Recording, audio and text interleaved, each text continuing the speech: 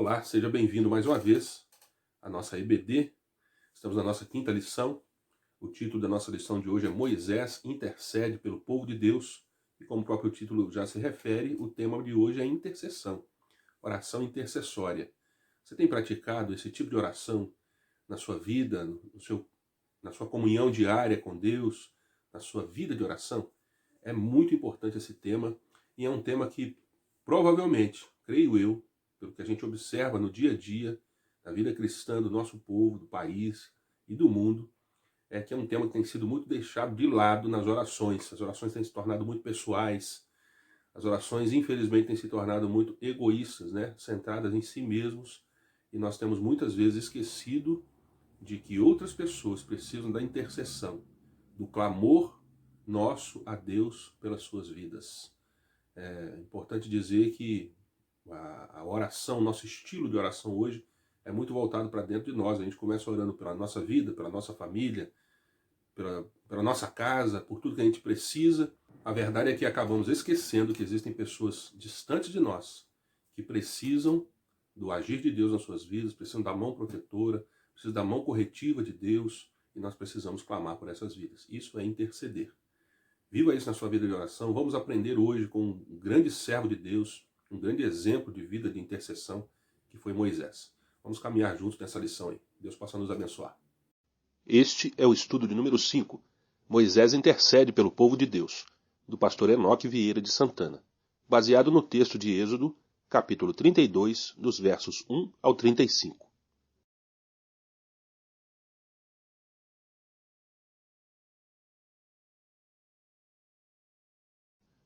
O povo, ao ver que Moisés demorava a descer do monte, juntou-se ao redor de Arão e lhe disse: Venha, faça para nós deuses que nos conduzam, pois a esse Moisés, o homem que nos tirou do Egito, não sabemos o que lhe aconteceu. Respondeu-lhes Arão: Tirem os brincos de ouro de suas mulheres, de seus filhos e de suas filhas, e tragam-nos a mim. Todos tiraram os seus brincos de ouro e os levaram a Arão. Ele os recebeu e os fundiu, transformando tudo num ídolo, que modelou com uma ferramenta própria, dando-lhe a forma de um bezerro. Então disseram: Eis aí os seus deuses, ó Israel, que tiraram vocês do Egito. Vendo isso, Arão edificou um altar diante do bezerro e anunciou: Amanhã haverá uma festa dedicada ao Senhor. Na manhã seguinte ofereceram holocaustos e sacrifícios de comunhão. O povo se assentou para comer e beber e levantou-se para se entregar à farra. Então o Senhor disse a Moisés: Desça, porque o seu povo que você tirou do Egito corrompeu-se. Muito depressa se desviaram daquilo que lhes ordenei e fizeram um ídolo em forma de bezerro. Curvaram-se diante dele, ofereceram-lhe sacrifícios e disseram: Eis aí, ó Israel, os seus deuses que tiraram vocês do Egito. Disse o Senhor a Moisés: Tenho visto que este povo é um povo obstinado. Deixe-me agora para que a minha ira se acenda contra eles e eu os destrua. Depois farei de você uma grande nação. Moisés, porém, suplicou ao Senhor, o seu Deus, clamando: Ó Senhor, por que se acenderia a tua ira contra o teu povo que tiraste do Egito com grande poder e forte mão? Por que diriam os egípcios: Foi com intenção maligna que ele os libertou para matá-los nos montes e bani-los da face da terra? Arrepende-te do fogo da tua ira, tem piedade, e não tragas este mal sobre teu povo. Lembra-te dos teus servos Abraão, Isaque e Israel, aos quais juraste, por ti mesmo: Farei que os seus descendentes sejam numerosos como as estrelas do céu, e lhes darei toda esta terra que lhes prometi, que será a sua herança para sempre. E sucedeu que o Senhor arrependeu-se do mal que ameaçara trazer sobre o povo. Então Moisés desceu do monte, levando nas mãos as 2 tábuas da aliança. Estavam escritas em ambos os lados, frente e verso. As tábuas tinham sido feitas por Deus. O que nelas estava gravado fora escrito por Deus. Quando Josué ouviu o barulho do povo gritando, disse a Moisés: Há barulho de guerra no acampamento. Respondeu Moisés: Não é canto de vitória nem canto de derrota, mas ouço o som de canções. Quando Moisés aproximou-se do acampamento e viu o bezerro e as danças, irou-se e jogou as tábuas no chão, ao pé do monte, quebrando-as. Pegou o bezerro que eles tinham feito e o destruiu no fogo. Depois de moê-lo até virar pó, espalhou-o na água e fez com que os israelitas o bebessem. E perguntou a Arão: Que lhe fez esse povo para que você o levasse a tão grande pecado? Respondeu Arão: Não te enfureças, meu senhor. Tu bem sabes como esse povo é propenso para o mal. Eles me disseram: Faça para nós deuses que nos conduzam, pois não sabemos o que aconteceu com esse Moisés, o homem que nos tirou do Egito. Então eu lhes disse: Quem tiver enfeites de ouro, traga-os para mim. O povo trouxe-me o ouro, eu o joguei no fogo e surgiu esse bezerro. Moisés viu que o povo estava desenfreado e que Arão o tinha deixado fora de controle, tendo se tornado objeto de riso para os seus inimigos. Então ficou em pé à entrada do acampamento e disse: Quem é pelo Senhor, junte-se a mim. Todos os levitas se juntaram a ele. Declarou-lhes também: Assim diz o Senhor, o Deus de Israel: Pegue cada um sua espada, percorra o acampamento de tenda em tenda, e mate o seu irmão, o seu amigo e o seu vizinho. Fizeram os levitas conforme Moisés ordenou, e naquele dia morreram cerca de 3.000 dentre o povo. Disse então Moisés: Hoje vocês se consagraram ao Senhor, pois nenhum de vocês poupou o seu filho e o seu irmão, de modo que o Senhor os abençoou neste dia. No dia seguinte Moisés disse ao povo: Vocês cometeram um grande pecado, mas agora subirei ao Senhor e talvez possa oferecer propiciação pelo pecado de vocês. Assim Moisés voltou ao Senhor e disse: Ah, que grande pecado cometeu este povo! Fizeram para si deuses de ouro. Mas agora, eu te rogo, perdoa-lhes o pecado. Se não, risca-me do teu livro que escreveste. Respondeu o Senhor a Moisés: Riscarei do meu livro todo aquele que pecar contra mim. Agora vá, guie o povo ao lugar de que lhe falei. E meu anjo irá à sua frente. Todavia, quando chegar a hora de puni-los, eu os punirei pelos pecados deles. E o Senhor feriu o povo com uma praga, porque quiseram que Arão fizesse o bezerro.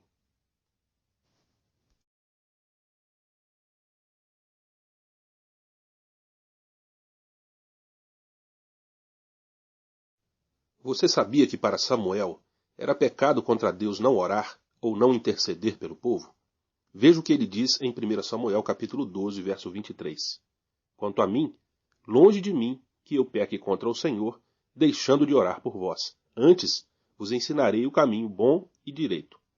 A intercessão e o ensino profético estavam entranhados no ministério daquele homem de Deus, e sua omissão o levava à consciência de pecado.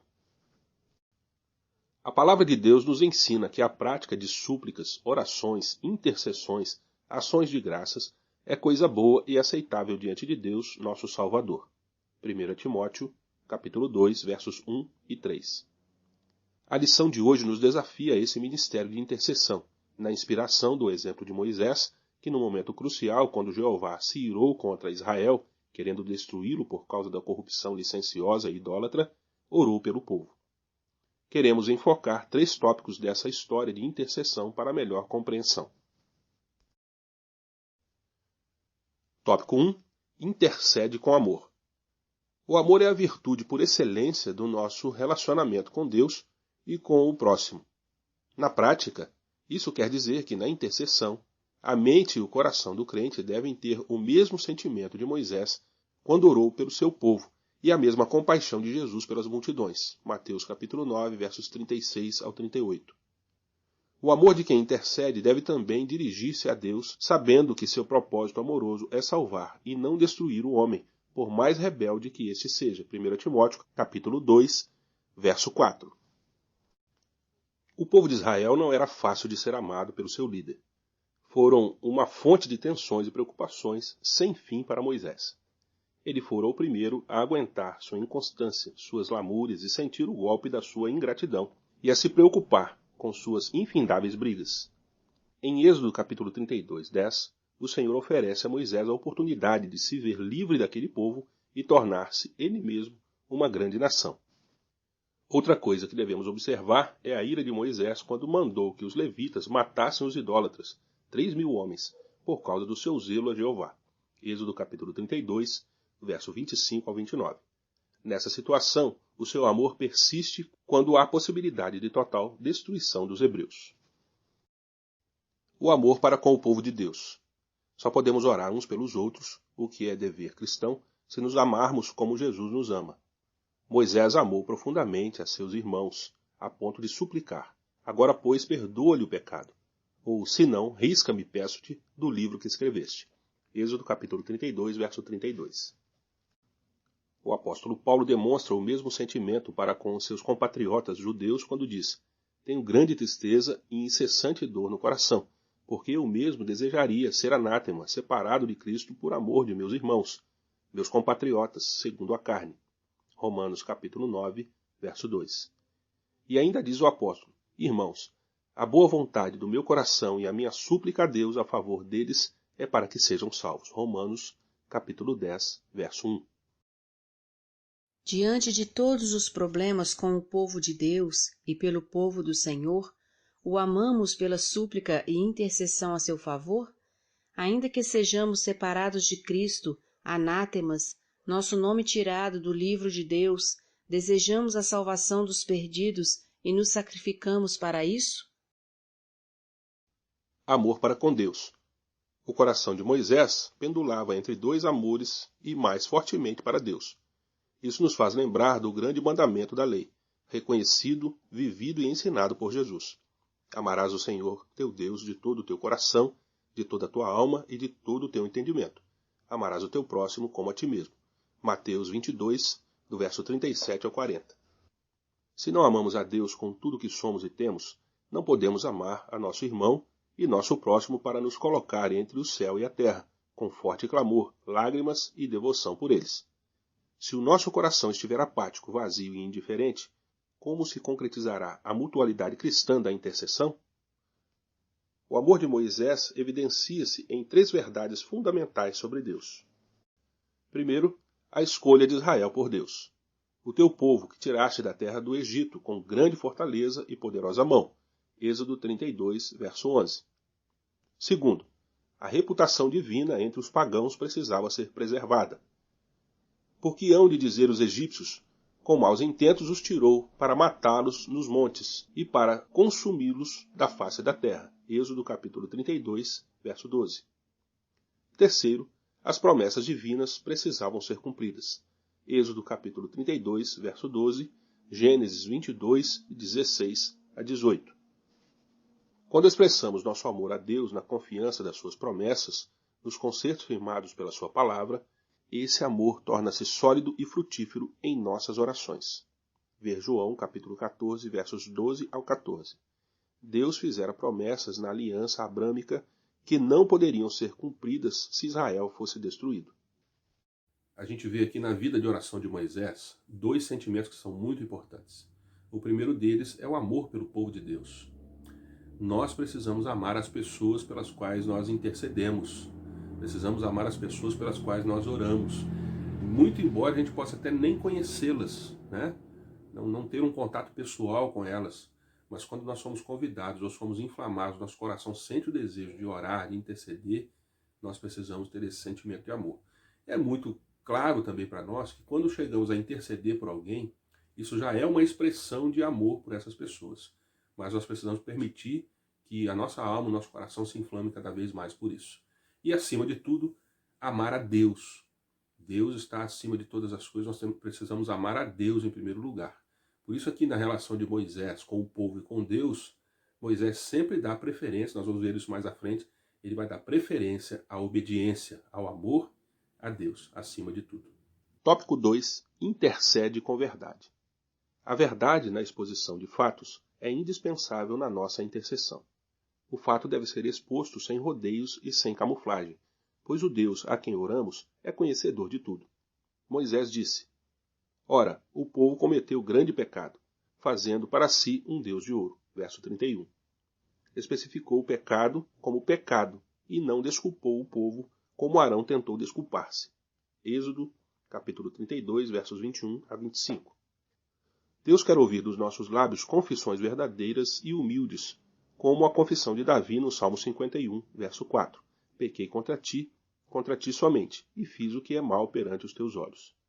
Quantas vezes damos ao pecado o nome de fraqueza, erro e outros, e não o encaramos como Deus o encara? Em muitas orações e em muitas igrejas a palavra pecado sumiu há muito tempo da boca dos pregadores e intercessores. Na sua intercessão Moisés ora: agora, pois, perdoa-lhe o pecado, e se não, risca-me, peço-te, do livro que escreveste. Verso 32. Nosso Senhor Jesus intercedeu por seus discípulos e também por seus algozes. João capítulo 17, verso 9 e 20. Lucas capítulo 23, verso 34. Na oração, em qualquer tipo de oração, a gente tem que estar lembrando sempre que estamos falando com aquele que conhece todas as coisas, conhece nosso coração, conhece nosso pensamento. Por isso a verdade é indispensável. Interceder é necessário usar a verdade, né? Falar da vida de alguém para Deus, falar dos problemas de alguém, é preciso usar a verdade. Às vezes você está intercedendo por alguém que está vivendo uma vida promíscua, uma vida de pecado. Exponha isso para Deus. Peça a Deus o perdão com sinceridade sobre essas vidas. Né? Peça que Deus haja nesses corações, transformando. Seja sincero com Deus. A gente não precisa ficar floreando a vida de ninguém para Deus, porque Deus já conhece todas as pessoas, conhece o nosso coração, sabe como é que a gente é. Então a gente tem que viver uma vida de oração que seja verdadeira, sincera, diante do Senhor. Tópico 3. Intercede com visão. Moisés, como homem de Deus e líder do povo, desejava ter a nítida visão da presença e da glória de Jeová. Ele não estava satisfeito só com os fatos extraordinários de revelação narrados em Êxodo 33, versos de 7 a 11, mas queria avançar mais profundamente na intimidade de seu Deus amado. De repente ele foi tomado por anseio que arrancou palavras estranhas dos seus lábios. Com ousadia, cheio de tremor, ele dá mais um passo para dentro da densa escuridão que envolve o esplendor de Deus. Rogo-te que me mostres a tua glória. Duas verdades de valor extraordinário se juntam na oração de Moisés, em Êxodo 33, versos 12 a 23. A visão que o faz carecer pela presença e direção do Senhor e a visão que o faz suplicar ou rogar a glória de Deus.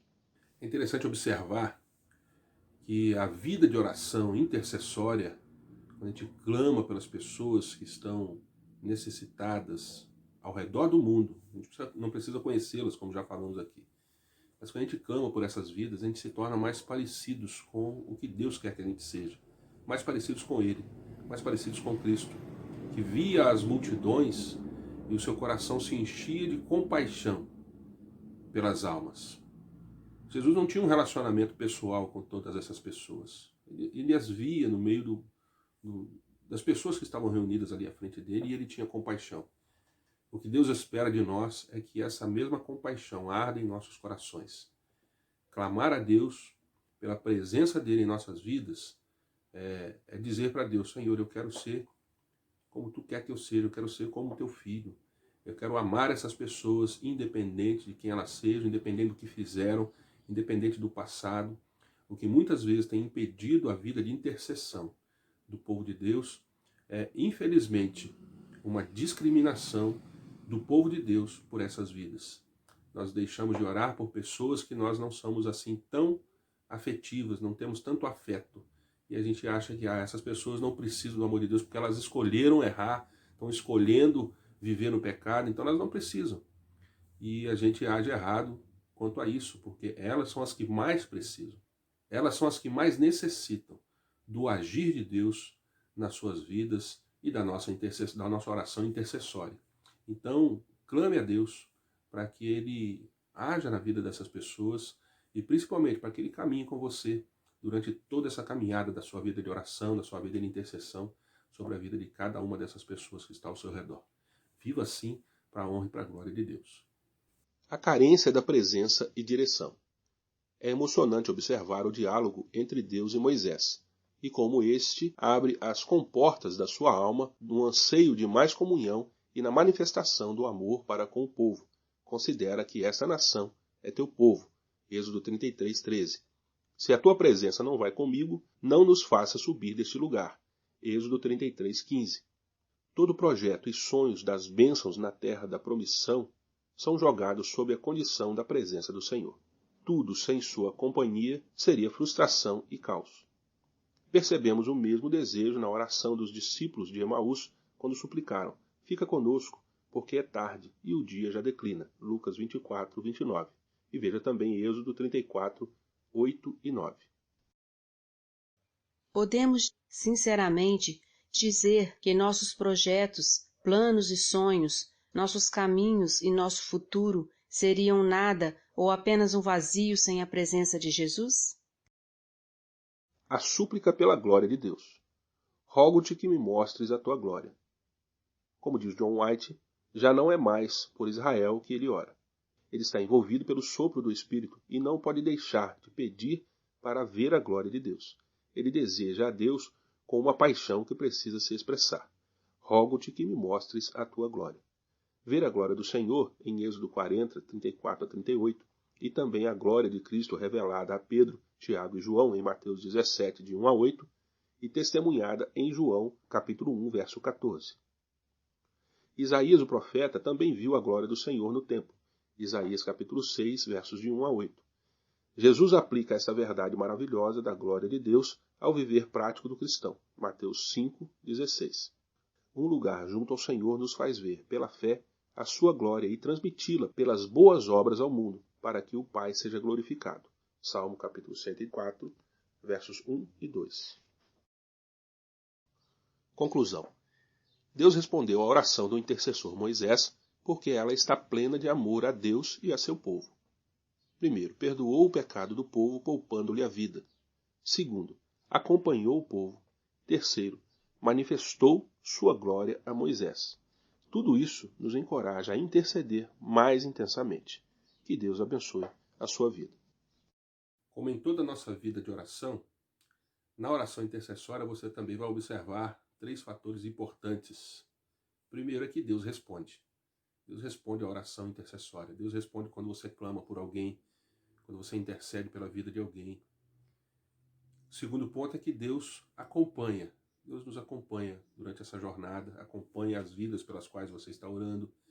Você percebe aí então essa onipresença, essa onisciência de Deus agindo na vida de oração sua e na vida daquelas pessoas pelas quais você está intercedendo. E em terceiro lugar, Deus manifesta o seu poder. Deus manifesta a sua glória. Então, quando nós oramos, nós estamos sendo parceiros de Deus numa vida de transformação, numa atitude de Deus em transformar o mundo através das nossas orações. Continue intercedendo. Interceda pelo seu próximo, interceda pela sua família, pelos seus familiares, interceda pelos seus amigos, interceda pelos governos, interceda pelo mundo todo. Nós somos aqui agentes da paz de Deus agindo em todo o mundo. Nós somos aqui agentes do poder de Deus agindo em todo o mundo. Se nós nos calarmos, se nós não intercedermos, Deus vai ter que fazer de outras formas, ou pela misericórdia dele, atendendo a orações de outras pessoas e não a sua. Mas que você possa ser um parceiro de Deus nessa caminhada aí. Deus possa nos abençoar.